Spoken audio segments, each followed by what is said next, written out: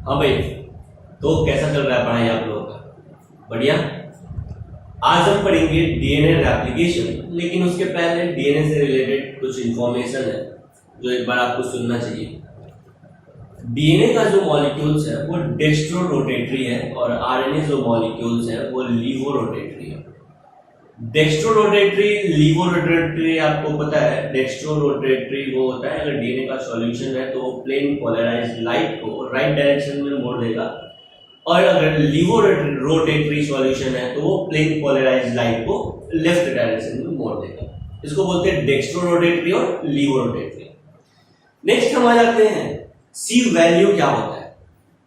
किसी भी haploid genome में या किसी भी ऑर्गेनिज्म में जो टोटल कंटेंट ऑफ डीएनए होता है ना, किसी भी ऑर्गेनिज्म में या किसी भी ऑर्गेनिज्म के हैप्लॉइड जीनोम में जो टोटल कंटेंट ऑफ डीएनए होता है, उस कंटेंट ऑफ डीएनए को हम कहते हैं सी वैल्यू। क्या कहते हैं? सी value.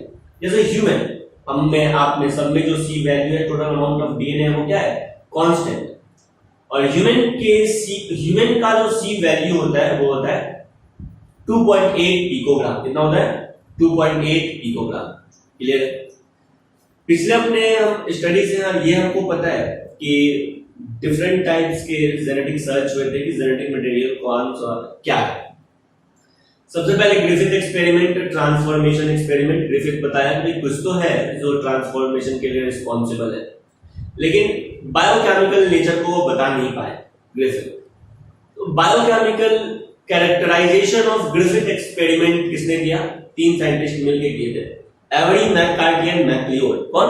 Every, McCarty and MacLeod. ये तीनों मिलकर क्या किए थे? फर्स्ट प्रूफ किए थे कि भाई जो जेनेटिक मटेरियल होता है ना वो डीएनए होता है। बाद में बैक्टीरियोफाज वायरस में डीएनए जेनेटिक मटेरियल है, और इस बात का पता लगाया था किसने? ट्रांसडक्शन एक्सपेरिमेंट से, हर्शे एंड चेज ने। किसने? हर्शे एंड चेज ने। अगर आपसे क्वेश्चन पूछा जाए कि भाई बायोकेमिकल कैरेक्टराइजेशन ऑफ डीएनए सबसे पहले कौन किया, आपको जवाब देना है एवरी, मैककार्टी एंड मैकलियोड। कौन? Avery, McCarty and MacLeod. सबसे पहले यही बताया। बैक्टीरियोफाज में डीएनए जो प्रेजेंट है वो जेनेटिक मटेरियल के जैसा एक्ट करता है, ये कौन प्रूफ किया? तो आपको जवाब देना है Hershey and chase. Griffith experiment में ग्रिफिथ एक्सपेरिमेंट का दूसरा नाम क्या है? Transformation experiment. Hershey and chase experiment का दूसरा नाम क्या है? Transduction experiment. ये सब आपको ध्यान रखना है। अब हम आ जाते हैं डीएनए रेप्लिकेशन। क्या भाई? DNA replication. तो बहुत सारे बायोमॉलिक्यूल्स हैं सेल्स में, और इस बायोमॉलिक्यूल्स में से सिर्फ एक मॉलिक्यूल जो सेल्फ डुप्लीकेशन का प्रॉपर्टी रखता है, जो सेल्फ रेप्लिकेशन का प्रॉपर्टी रखता है, उसको हम कहते हैं डीएनए।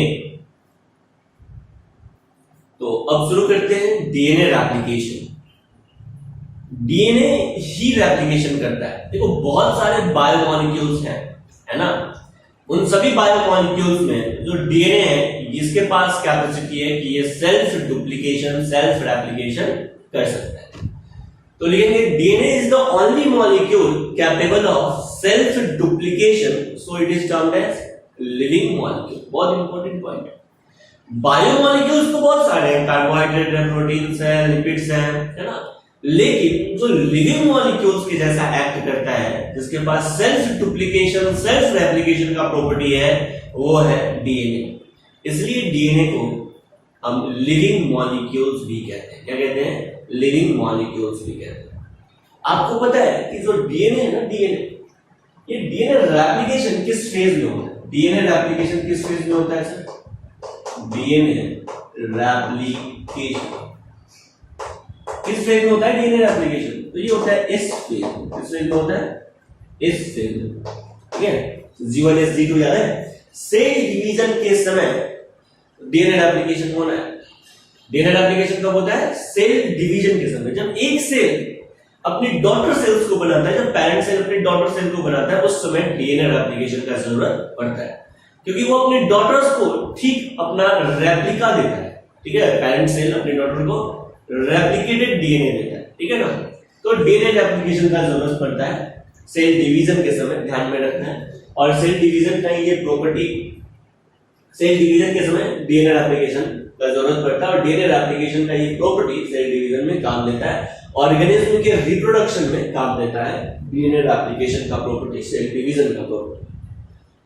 तो बहुत सारे साइंटिस्ट का कॉन्फ्लिक्ट था कि ये डीएनए रेप्लिकेशन कैसे होता है, क्या डीएनए रेप्लिकेशन कैसे होता है। बहुत सारे साइंटिस्ट का मानना था कि डीएनए रेप्लिकेशन कंजर्वेटिव मेथड से होता है। कैसे होता है? कंजर्वेटिव मेथड से होता है। ये मेरा ओरिजिनल डीएनए और ये ओरिजिनल डीएनए जब मेरा डीएनए रेप्लिकेशन करता है तो ओरिजिनल जैसा है वैसे रहता है और ठीक ओरिजिनल डीएनए का एक रेप्लिका, एक कॉपी तैयार हो जाता है। बहुत सारे साइंटिस्ट का ऐसा मानना है ना। इसको बोलते हैं conservative method of DNA replication. क्या कहते हैं? Conservative method of DNA replication. बाद में ये फेल हो गया।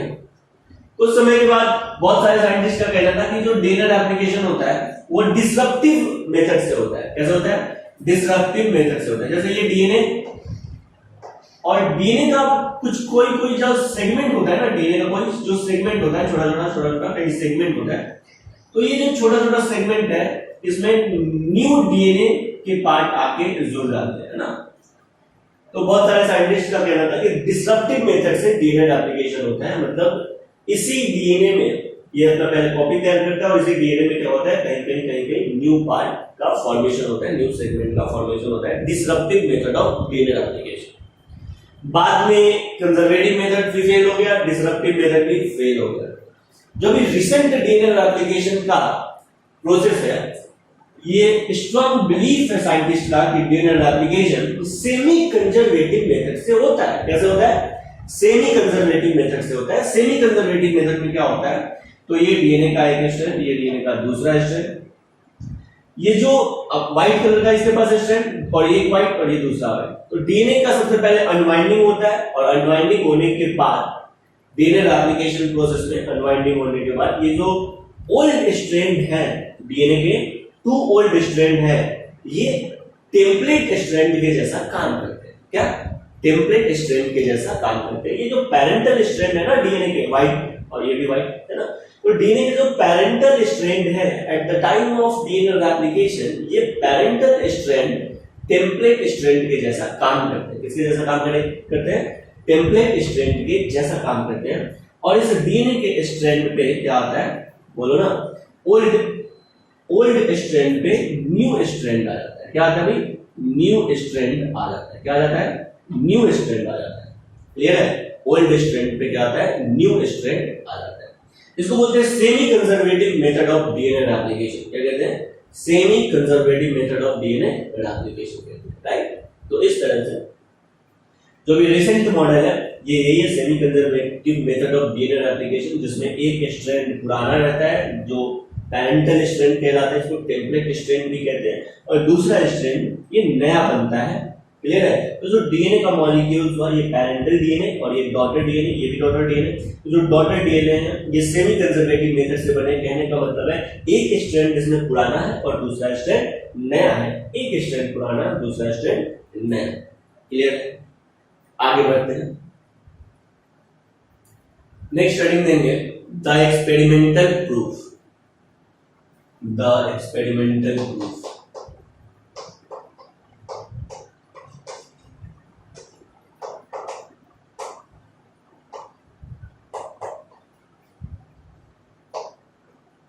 The experimental proof. हाँ भाई, तो एक्सपेरिमेंटली किसने प्रूफ किया कि डीएनए का जो रेप्लिकेशन होता है वो सेमी कंजर्वेटिव मेथड से होता है? तो वो सबसे पहले है कि sir DNA semi conservative method से होता है, ये बताया कौन है ना। सबसे पहले तो ये बात आता है कि ये बताया कौन। तो जो वॉटसन एंड क्रिक अपना डबल स्टैंडर्ड मॉडल दे रहे थे उसी समय क्रिक ने बताया। कौन? ओनली क्रिक ने बताया कि जो डीएनए रेप्लिकेशन होता है वो सेमी कंजर्वेटिव मेथड से, बस बता दिया। किसने? क्रिक ने। लेकिन DNA replication semi conservative method से होता है, इसका एक्सपेरिमेंटल प्रूफ किसने दिया? मिचेल्सन एंड स्टॉल ने। किसने दिया? Michelson and Stahl. लेकिन एक्सपेरिमेंटली प्रूव्ड बाय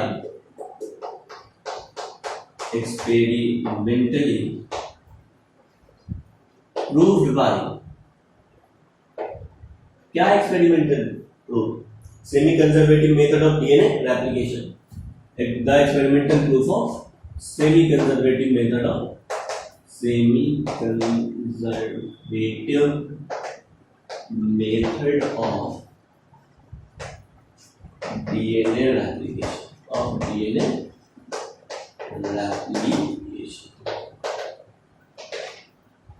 तो एक्सपेरिमेंटली प्रूव्ड बाय किसने? Michelson and stall.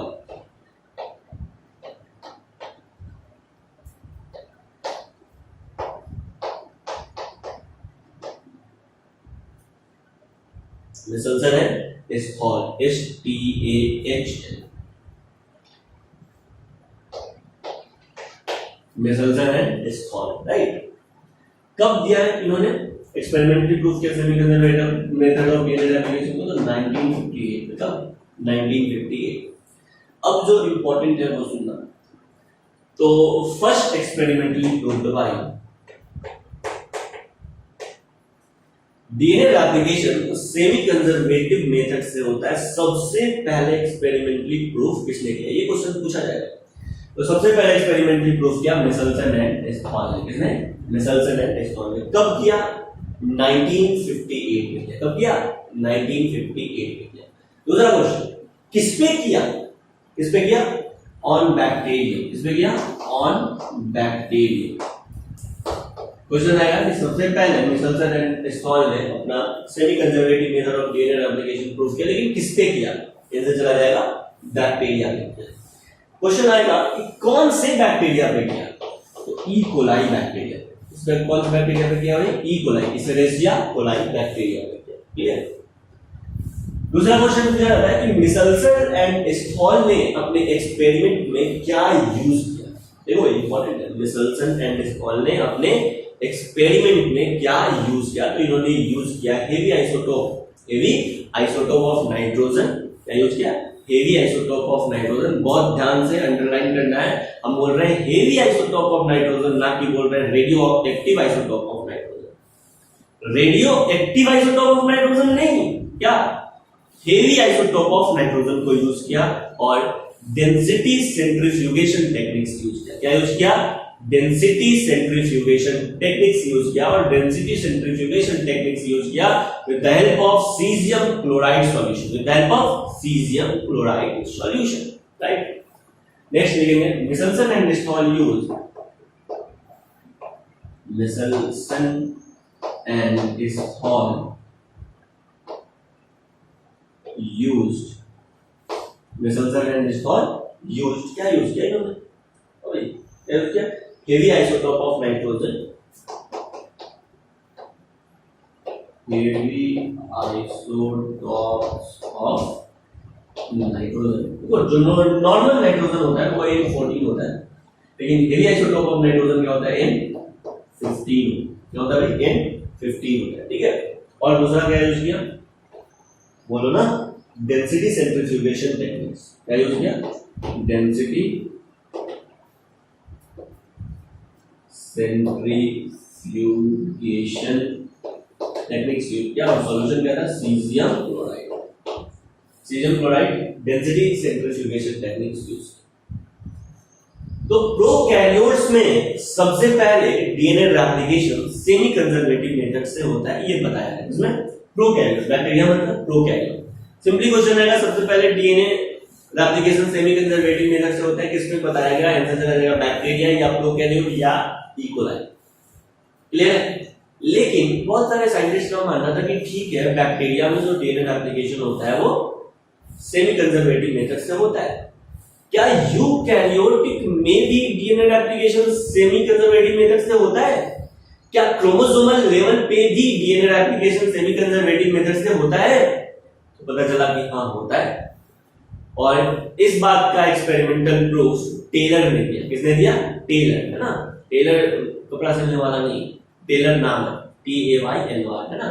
टेलर ने दिया कब? 1958 में। कब?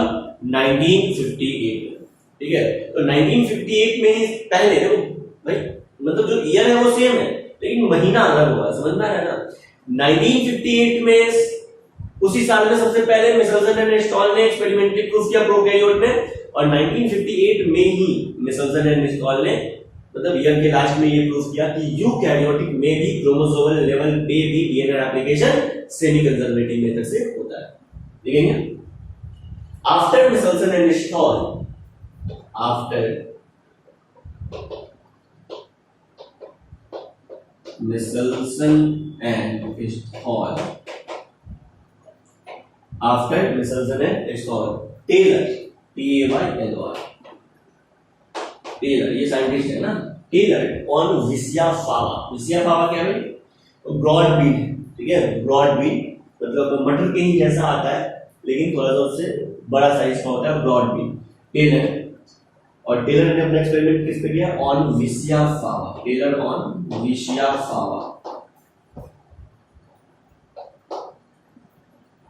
On Vicia faba. Vicia faba को क्या कहते हैं? Broad bean. क्या कहते हैं? Broad bean. Taylor on Vicia faba, broad bean. और आपको पता है जो ब्रॉड बीन है, विसिया फावा का जो प्लांट है, ये यूकैरियोटिक, क्या भाई? यूकैरियोटिक। क्लियर है? क्या है? यूकैरियोटिक। नेक्स्ट, तो यूकैरियोटिक लेवल पे किसने किया? किसने किया? टेलर ने किया। किसने किया? टेलर ने। मिसल्सन एंड स्टॉल में बैक्टीरिया पे किया, ठीक है। तब क्या? 1958 में। क्या भाई? 1958 क्या अपना एक्सपेरिमेंट, ठीक है, उसी साल। Prove this semi conservative DNA replication, prove this semi conservative DNA replication, prove this semi-conservative DNA replication on chromosomal level. Chromosomal level. Question पूछा था क्रोमोसोमल लेवल पे DNA replication semi conservative method से होता है, ये कौन प्रूव किया? तो आंसर चला जाता है टेलर ने। नेक्स्ट है, टेलर कौन से टेक्निक्स को यूज किए? तो ये रेडियो ट्रेसर टेक्निक्स को यूज किया। क्या? रेडियो ट्रेसर टेक्निक्स को यूज किया। कौन से एक्सपेरिमेंटल मटेरियल को यूज किया? तो विसिया फावा को। और टेक्निक्स कौन सा यूज किया? तो ये रेडियो ट्रेसर टेक्निक्स यूज की, ठीक है। तो Taylor use radio tracer technique, radio tracer techniques में जो होता क्या? रेडियो ट्रेसर टेक्निक्स में इन्होंने रेडियो आइसोटॉप्स का यूज किया। क्या? रेडियो ट्रेसर टेक्निक्स में इन्होंने रेडियो आइसोटॉप्स का यूज किया। रेडियो आइसोटॉप्स में मेनली ये ट्राइटेटेड हाइड्रोजन का यूज किया, ठीक है, इसको बोलते हैं ट्राइटियम। वैसा हाइड्रोजन जिसका मॉलिक्यूलर वेट 3 और मॉलिक्यूलर नंबर, एटॉमिक नंबर 1 होता है, उसको बोलते हैं ट्राइटियम। तो इन्होंने ट्राइटियम का यूज किया, और ये जो हाइड्रोजन था ना ट्राइटियम, ये थाइमिडीन पे था, यानी रेडियो एक्टिव थाइमिडीन। और रेडियो एक्टिव थाइमिडीन में जो हाइड्रोजन था वो ट्राइटियम था, रेडियो एक्टिव हाइड्रोजन था। इसी के हेल्प से इन्होंने यूकैरियोटिक में या क्रोमोसोमल लेवल पे, है ना, ये बताया कि डीएनए सेमी कंजर्वेटिव मेथड से होता है। इन विच मतलब रेडियो ट्रेसर टेक्निक्स में ट्राइटियम हाइड्रोजन का यूज किया, ठीक है। और ये ट्राइटियम से क्या बना? थाइमिडीन बना। क्या बना? थाइमिडीन। यानी जो भी थाइमिडीन था ना, उस थाइमिडीन में जो हाइड्रोजन था वो ट्राइटियम आइसोटोप वाला था, हेवी आइसोटोप्स, ठीक है। ये रेडियो एक्टिव थाइमिडीन को यूज किया। मतलब अगर आप ट्राइटियम को यूज करते हैं थाइमिडीन में, तो वैसे थाइमिडीन को बोलेंगे रेडियो एक्टिव थाइमिडीन। क्या यूज किए? Radio active thymidine. तो याद रखना है कि प्रोकैरियोटिक लेवल पे कौन? मिसल्सन एंड स्टॉल। और यूकैरियोटिक लेवल पे आफ्टर प्रोकैरियोटिक एक्सपेरिमेंटली प्रूफ हुआ, यूकैरियोटिक लेवल पे बाय टेलर, ठीक है। DNA replication semi conservative method से ही होता है।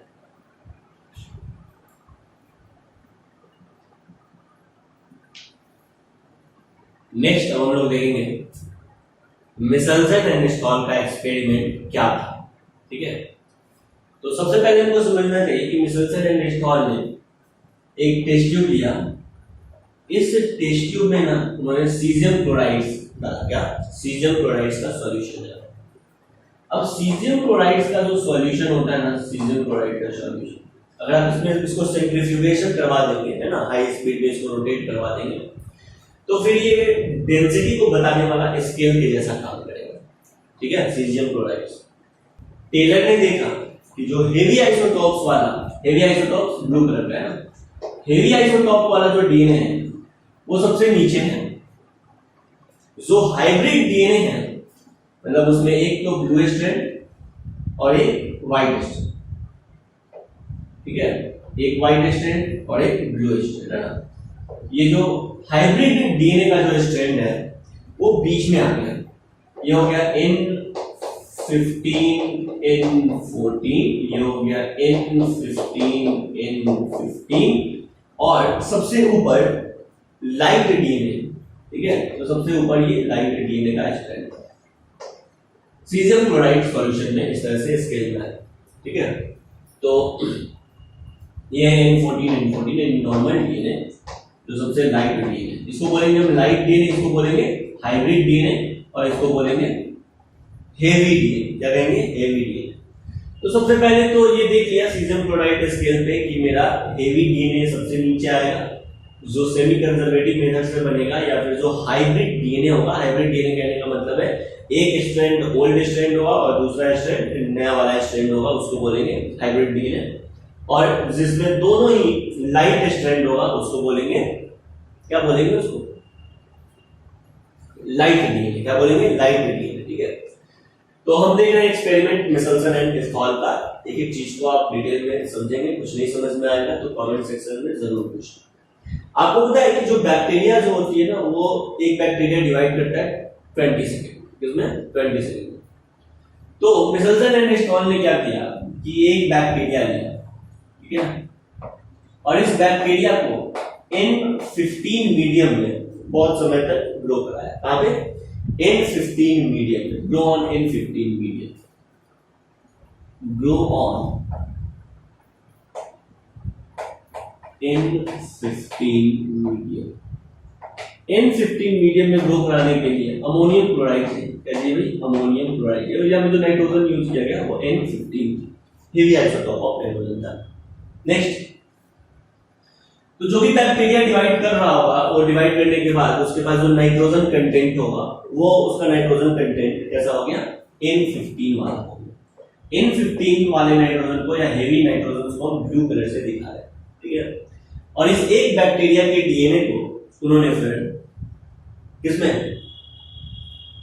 नॉर्मल नाइट्रोजन मीडियम में, नॉर्मल नाइट्रोजन N14 है ना, नाइट्रोजन मीडियम में ग्रो कराया। तो जब N14 मीडियम में इसको ग्रो कराया गया, किसको? N15 वाले हेवी आइसोटोप्स नाइट्रोजन को, ठीक है, बैक्टीरिया को N15 वाले हेवी आइसोटोप बैक्टीरिया को जब किसमें? N14 मीडियम में ग्रो कराया गया। बस एक बार बैक्टीरिया डाला गया, और आपको पता है कि बैक्टीरिया 20 मिनट्स में डिवाइड कर जाता है। कितने मिनट्स में? ओनली 20 मिनट्स में ये डिवाइड कर जाता है। तो 20 मिनट्स में ये डिवाइड कर गया। आफ्टर 20 मिनट्स, आफ्टर 20 मिनट्स के बाद आपको पता है ये डिवाइड कर गया। तो डिवाइड कर गया तो देखा गया कि एक जो इसका स्ट्रैंड है ये ब्लू कलर का है, और दूसरा स्ट्रैंड क्या हो जाएगा? व्हाइट कलर का हो जाएगा, यानी नॉर्मल नाइट्रोजन वाला इसका एक स्ट्रैंड हो जाएगा, ठीक है। तो ये हो गया मेरा N14, ये वाला, ये है N14 स्ट्रैंड, और ये है N15 स्ट्रैंड। यहां पे भी ब्लू वाला जो है वो N15 स्ट्रैंड और व्हाइट वाला N14 स्ट्रैंड। अब इस N14 N15 स्ट्रैंड को फिर 20 मिनट के लिए, यानी एक बार ये डिवाइड करेगा किसमें? N14 मीडियम में, किसमें? N14 मीडियम में ही डिवाइड करेगा, और अगेन ये भी किसमें डिवाइड किया? N14 मीडियम में डिवाइड किया, राइट। कहां पे? N14 मीडियम में डिवाइड किया। अगेन आफ्टर 20 मिनट्स देखा गया, आफ्टर 20 मिनट्स, अब एनसीईआरटी यहां पे ना 40 मिनट्स यूज किया है। तो 40 मिनट्स कहने का मतलब ये नहीं कि ये जो एक बैक्टीरिया पहली बार 20 मिनट में डिवाइड करता है और वही बैक्टीरिया दूसरी बार में 40 मिनट में डिवाइड करता है, ऐसा नहीं है।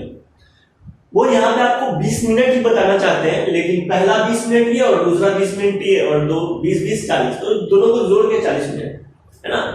लेकिन नेक्स्ट 20 मिनट्स में डिवाइड करेगा ये, और फिर ये भी इसको भी N14 मीडियम में ग्रो कराया गया, और अगले नेक्स्ट 20 मिनट्स में ये भी डिवाइड करेगा। क्लियर है? तो जब ये डिवाइड करेगा तो क्या देखने को मिलता है कि एक स्ट्रैंड ही हमको क्या देखने को मिला, ब्लू वाला, बाकी ये व्हाइट कलर का, और बाकी ये और ये व्हाइट कलर का स्ट्रैंड हमको देखने को मिला। ठीक है, नेक्स्ट ये भी खुलेगा तो एक टेम्पलेट की जैसा काम करेगा, और एक व्हाइट वाला खुलेगा तो व्हाइट वाला भी टेम्पलेट की तरह काम करेगा। जिसमें न्यू स्ट्रैंड बनेगा वो N14 वाला बनेगा, यानी व्हाइट और ये व्हाइट, इस तरह से N14 वाला बन गया। तो क्या देखने को मिला कि इसमें एक हाइब्रिड है और एक लाइट। इसमें क्या देखने को मिला, एक हाइब्रिड है और एक लाइट। ऐसा समझ में? बाद में इस चारों डीएनए को, इस चारों बैक्टीरिया को डेंसिटी सेंट्रीफ्यूगेशन टेक्निक्स के हेल्प से सीजियम क्लोराइड सॉल्यूशन में डाला गया, तो देखने को मिला, क्या देखने को मिला कि हेवी डीएनए एक भी नहीं आया। क्या हेवी डीएनए एक भी नहीं आया? क्यों? क्योंकि जो भी हेवी डीएनए था, हेवी डीएनए मॉलिक्यूल्स था, वो अब हेवी रहा ही नहीं। अगर कंजर्वेटिव मेथड से होता डीएनए रेप्लिकेशन तो हेवी वाला अपनी जगह पे आ जाता, लेकिन ये तो सेमी कंजर्वेटिव मेथड से हुआ ना, तो सेमी कंजर्वेटिव मेथड से हुआ, तो देखने को मिला कि जो लाइट डीएनए और हाइब्रिड डीएनए, तो जो हाइब्रिड डीएनए था वो अपने हाइब्रिड पोजीशन पे देखने को मिला। क्या देखने को मिला भाई? हाइब्रिड पोजीशन पे देखने को मिला। लेकिन जो लाइट डीएनए था वो ऊपर देखने को मिला, यहाँ पे देखने को मिला, हेवी वाला एक भी देखने को नहीं मिला। तो इससे पता चला कि जो डीएनए रेप्लिकेशन होता है ये सेमी कंजर्वेटिव मेथड से होता है, यानी जो हेवी स्ट्रैंड था वो अनवाइंड होता है, और अनवाइंड होके हेवी डीएनए का स्ट्रैंड टेम्पलेट की जैसा काम करता है, और टेम्पलेट पे न्यू स्ट्रैंड बनता है। अगर ये दोनों स्ट्रैंड खुल जाता है और टेम्पलेट की जैसा काम करता है, और इस टेम्पलेट पे फिर न्यू स्ट्रैंड बनता है। इस तरह करके सेमी कंजर्वेटिव मेथड प्रूफ हुआ। ठीक है, तो इसको बोलते हैं N14 डीएनए, या इसी को बोलेंगे लाइट डीएनए, इसको बोलेंगे हाइब्रिड डीएनए। क्या बोलेंगे इसको? Hybrid DNA. ठीक है, तो ये जो सेपरेशन होता है ना, ये सीजियम क्लोराइड डेंसिटी सेंट्रीफ्यूगेशन से के टेक्निक से इसको सेपरेट किया जाता है, हाइब्रिड डीएनए और लाइट डीएनए। तो क्वेश्चन पूछा जाएगा मिसल्सन एंड स्टॉल के एक्सपेरिमेंट में जो डीएनए का सेपरेशन है, हाइब्रिड और लाइट डीएनए का जो सेपरेशन है वो किससे किया गया? आपको जवाब देना है density centrifugation caesium chloride technique से। किससे? Density centrifugation caesium chloride technique से। क्लियर है? तो यहां तक इसको नोट डाउन करेंगे, और इस डायग्राम को बनाने के लिए अगर आप मेरे हैंड रिटन नोट्स का हेल्प लेते हैं तो ज्यादा बेहतर होगा। ठीक है, यहां तक हम नोट डाउन करेंगे, फिर आगे हम इससे रिलेटेड कुछ क्वेश्चन देखते हैं। एनसीईआरटी में भी क्वेश्चन पूछा गया, वो भी देखेंगे। पहले आप यहां तक नोट डाउन करेंगे। अच्छा, ये जो स्ट्रैंड आया क्या आया? ये हाइब्रिड का आया, मतलब N14 N15 का लेवल आया, और ये क्या आया? N14 N14 का। तो यहां तक पहले नोट डाउन करेंगे, फिर आगे बढ़ेंगे।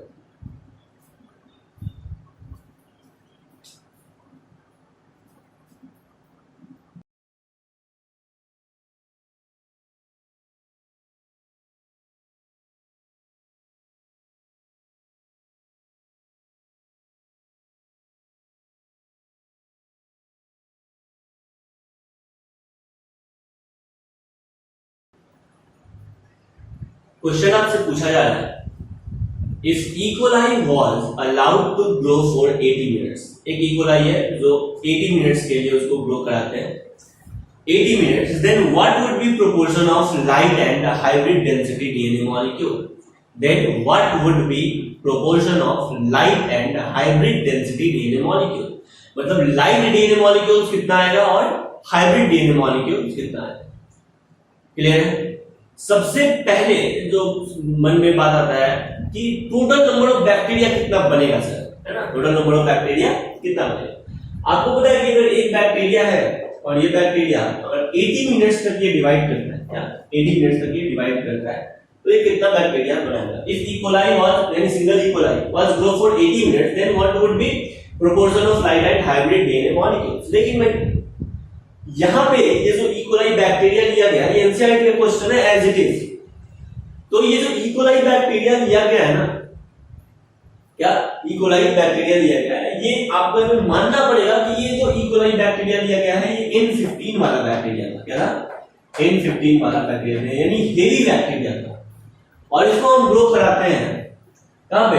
नॉर्मल मीडियम में। नॉर्मल मीडियम मतलब N14 वाले मीडियम में ग्रो कराते हैं। तब कितना आएगा मेरा प्रोपोर्शन लाइट और हाइब्रिड का?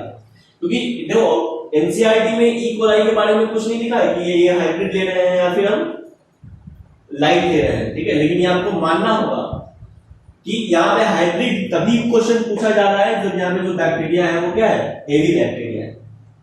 तो चलो क्या है? अब फर्स्ट 20 मिनट्स में जो बैक्टीरिया है वो इनसे क्या हो जाएगा? 2। नेक्स्ट 20 मिनट्स में बैक्टीरिया 2 to 4। नेक्स्ट 20 मिनट्स में जो बैक्टीरिया है वो 4 to 8 एंड नेक्स्ट 20 मिनट्स में जो बैक्टीरिया है वो 8 to 16। देखते हैं 20 40 60 80 इन टोटल 80 मिनट्स में बैक्टीरिया कितना हो जाएगा? 16 हो जाएगा। कितना हो जाएगा भाई? 16 हो जाएगा। आपको पता है कि जो बैक्टीरिया है ना वो इनिशियली हाइब्रिड तो नहीं है, ये क्या है? हेवी बैक्टीरिया यानी N15 वाला बैक्टीरिया है। जब ये 1 से 2 बनेगा तो ये डीएनए का स्ट्रैंड टेम्पलेट की तरह एक्ट करेगा और ये 2 मेरा क्या बन गया? हाइब्रिड बन गया।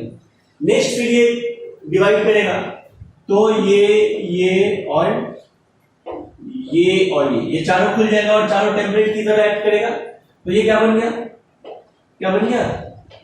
2 लाइट और 2 हेवी। फिर ये नेक्स्ट 20 मिनट डिवाइड करेगा तो आपको दिख रहा है 8 टेम्पलेट हो जाएगा, ये खुलेगा तो ये ऐसा और ये ऐसा खुलेगा, ठीक है। और ये खुल गया और ये फिर खुल गया, समझ में आ रहा है ना? एक यल व्हाइट और यहाँ पे व्हाइट, एक यल ब्लू और यहाँ पे भी ब्लू, और ये फिर ब्लू इसका और ये फिर व्हाइट इसका, और फिर नेक्स्ट 4 इसका है। और फिर हमको इसमें सिंथेसाइज करना है न्यूली सिंथेसाइज्ड स्ट्रैंड, तो वो लाइट वाला ही होगा यानी व्हाइट कलर का होगा, यानी कुछ ऐसा स्ट्रैंड बन जाएगा। दिखा आपको?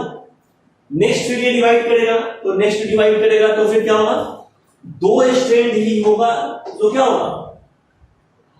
हेवी होगा, और बाकी सब स्ट्रैंड क्या होगा? ये लाइट होगा स्ट्रैंड। 1 2 3 4 5 1 2 3 4 5 6 7 8 9 10 11 12 13 14, ठीक है।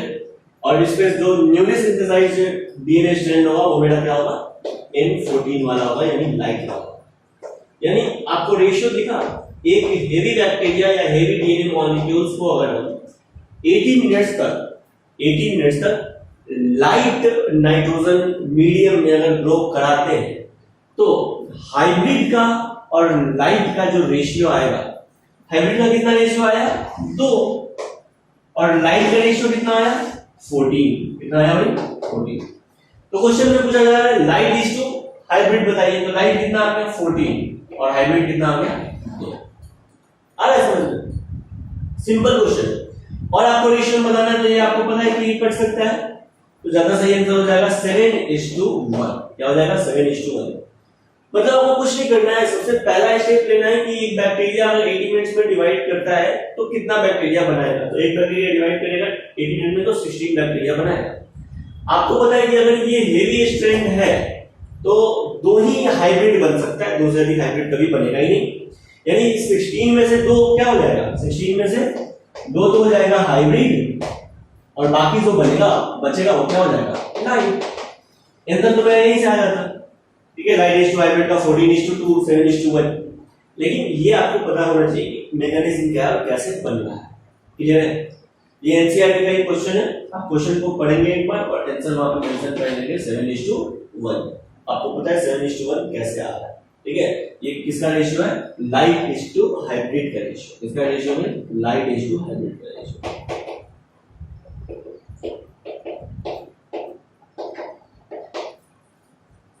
तो एक नेक्स्ट क्वेश्चन और हम देखेंगे।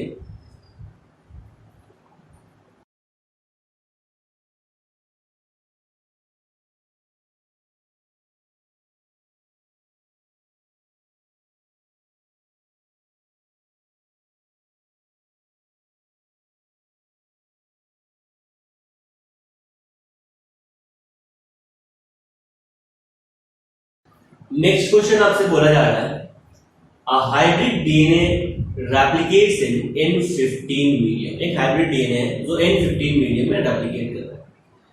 आफ्टर फर्स्ट रेप्लिकेशन, पहली बार रेप्लिकेशन हो जाता है, आफ्टर फर्स्ट रेप्लिकेशन मीडियम को चेंज किया जाता है, N15 से N14 मीडियम कर दिया जाता है। तो क्वेश्चन पूछता है कि सेकेंड जनरेशन में यानी N15 वाले नहीं N14 वाले सेकेंड जनरेशन में N14 वाले मीडियम में लाइट डीएनए स्ट्रैंड यानी N14 का कितना परसेंटेज होगा, कितना अमाउंट होगा। क्लियर है? चलिए करते हैं। एकदम क्वेश्चन के अकॉर्डिंग चल रहा है, बोलता है हाइब्रिड डीएनए। हाइब्रिड डीएनए मतलब एक N15 वाला स्ट्रैंड और दूसरा N14 वाला स्ट्रैंड। इसको हम रेप्लिकेट कराते हैं फर्स्ट जनरेशन किसमें, N15 मीडियम में। ये हमारा रेप्लिकेट कर जाएगा N15 मीडियम में, ये N15 मीडियम। जब N15 मीडियम में रेप्लिकेट करेगा, पता है आपको, इसका दोनों स्ट्रैंड टेम्पलेट की तरह काम करेगा, यानी एक डार्क और दूसरा लाइट। फिर जब रेप्लिकेट होगा N15 तो जो न्यू स्ट्रैंड बनेगा वो N15 वाला ही बनेगा, यानी हेवी स्ट्रैंड बनेगा, यानी ब्लू स्ट्रैंड बनेगा। अब बोलते हैं ये फर्स्ट रेप्लिकेशन हो गया, फर्स्ट रेप्लिकेशन हो गया। आफ्टर फर्स्ट रेप्लिकेशन हम मीडियम को चेंज कर दिया और मीडियम क्या कर दिया, N14 वाला मीडियम कर दिया। क्या मीडियम कर दिया, N14 का। ये सेकंड जनरेशन होगा, सेकंड जनरेशन। और सेकंड जनरेशन या सेकंड रेप्लिकेशन में जो मीडियम है वो N14 वाला है। तो फर्स्ट रेप्लिकेशन का, फर्स्ट जनरेशन का जो भी डीएनए स्ट्रैंड है वो टेम्पलेट की तरह एक्ट करेगा। इसका मतलब देखिए, ये दो हेवी स्ट्रैंड और यहाँ पे एक हेवी स्ट्रैंड और यहाँ पे एक लाइट स्ट्रैंड। क्लियर? अब इस हेवी पे और इस लाइट पे N14 का न्यू स्ट्रैंड सिंथेसाइज होगा। इसका मतलब ये और ये। अब बताइए इस सेकेंड जनरेशन में क्वेश्चन आपसे क्या पूछ रहा है कि ओनली N14 लाइट डीएनए का परसेंटेज बताइए। देखो N14 यही तो है बस, यानी out of the 4 only one DNA strand is N14 यानी लाइट डीएनए स्ट्रैंड।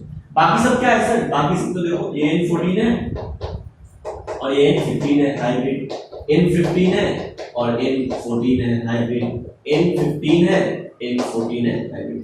यानी अपना ये जो परसेंटेज है ना N14 का सेकंड जनरेशन में कितना आएगा, बोलो ना 25%। क्या आएगा भाई, 25%। समझना क्या, सबको मानेंगे 25% जो है मेरा डीएनए स्ट्रैंड को क्या है, N14। तो नेक्स्ट अगर क्वेश्चन पूछता आपसे कि भाई हाइब्रिड डीएनए का परसेंटेज बताइए, तो हाइब्रिड कितना हो जाता, 75% क्या हो जाता hybrid, N15 N14। Heavy DNA का स्ट्रैंड का वैल्यू बताइए, तो हेवी कितना है, N15 सेकंड जनरेशन में N15 कितना है, 0 है, 0%। फर्स्ट जनरेशन में पूछता तो 50%। आ रहा है समझ में? इस तरह से क्वेश्चन आपसे पूछा जाएगा। एक नेक्स्ट क्वेश्चन करेंगे।